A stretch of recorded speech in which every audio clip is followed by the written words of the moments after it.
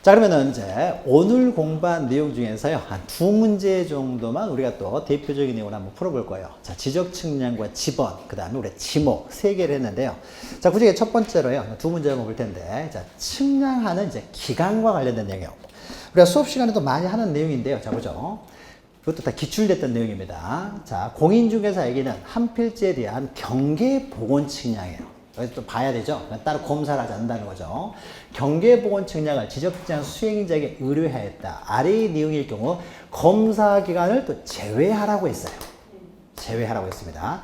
측량 기간 계산으로 옳은 것은, 자 보죠.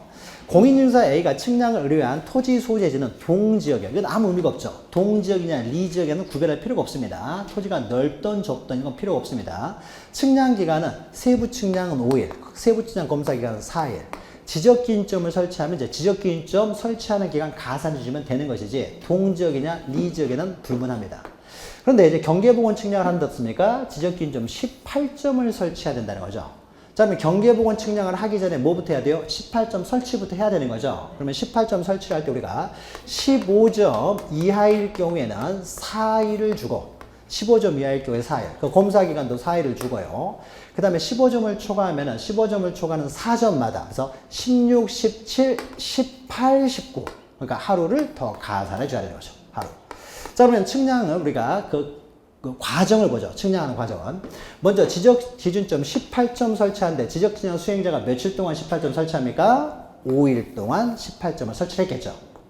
설치했으면요. 요거 잘못되면 이건 하나만 하죠. 그러니까 이거 검사를 당연히 하게 되겠죠. 기초 측량은 무조건 다 검사한다고 했어요. 이건 다 등록을 해야 되기 때문에. 그래서 기초 측량을 5일 동안 검사를 했겠죠. 그 다음에 검사를 통과를 하니까 어떻습니까? 이제 경계보건 측량을 했겠죠. 지적기준점 정확하다는 기적이 됐으니까 그것을 기준으로 해서 경계보건 측량 할 거 아니에요. 그 다음에 일반적인 측량 같으면요. 이것도 검사를 할 텐데 경계보건 측량, 지적현황 측량은 따로 지적공부에 등록하는 측량이 아니라는 거죠. 그러니까 이 경계보건 측량은 따로 검사할 필요가 없죠. 그럼 총 측량 기간은 며칠 동안 했겠습니까? 15일 동안 했겠죠. 근데 시험 문제는 뭐라고 했습니까? 검사 기간을 제외하라고 했죠. 제외하니까 이게 제외되는 거죠. 이건 측량 기간, 이건 검사 기간이잖아요. 검사 기간을 제외하라고 했으니까 며칠이에요? 10일. 시험 문제에서 만약에 검사 기간을 포함한 총 측량 기간 그러면은 15일. 그걸 포함하니까 15일이 되는 거죠. 너무 어렵나요, 이게?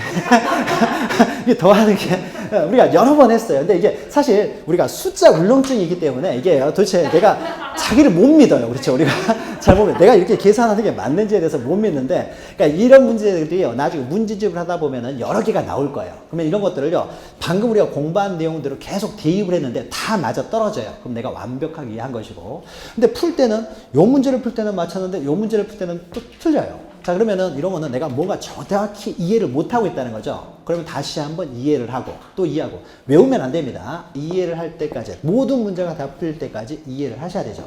그리고 나면 어떻습니까? 딱 외울 필요는 없는 것이죠. 그러면은 다 이해가 됐으면 그때부터는 이제 자신을 믿고 이제 풀어야 되는 거지. 풀어야 되는 거죠. 자, 그러니까 어떻습니까? 검사 기간을 제한하고 했으니까 10일이 되는 거죠. 10일. 자, 그러면 다음 문제예요. 다음 문제는 이제 지목에 대해서 보죠. 지목. 다 우리는 기출됐던 지문들이에요. 우리 지적법은 특히요. 기출됐던 내용이 자주 나와요. 반복해서. 그래서 기출문제를 정확히 이해하실 필요가 있습니다.